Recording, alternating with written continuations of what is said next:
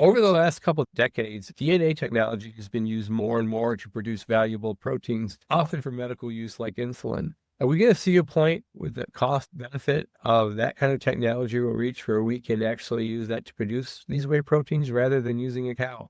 There's different levels of concern depending on the particular protein. An individual protein and an individual soluble protein like beta-lactoglobulin or alpha-lactoalbumin that are in whey, those have more potential to be produced in a fermentation type process because they're an individual protein. You can overexpress it. You can get a lot of that produced. But when you get to the complexities of multiple proteins that are in whey, that's when it really becomes uneconomical to do that from a fermentation standpoint because you've got to produce all of those individually, try to put them together, and then purify them.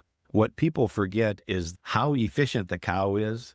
The cow is essentially a walking fermentation tank that feeds itself, controls its own temperature, cleans itself up. All you got to do is get the milk out of it. When you look at all the steps that go into the process and what it takes to produce it, it's really hard to beat the efficiency of a cow. Lloyd, am I right in assuming that the threat of cellular agriculture to dairy would come in the development of specific protein chains and amino acids, but probably not in terms of the complete protein profile that is delivered in milk proteins and whey proteins? Correct. And it would be the very high-end expensive, so the lactoferrin, would be your first one, or some of the IgG, anything that is at low concentration and very high value.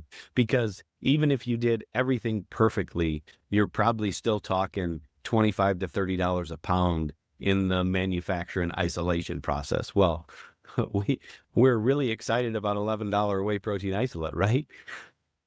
And that's still half the price.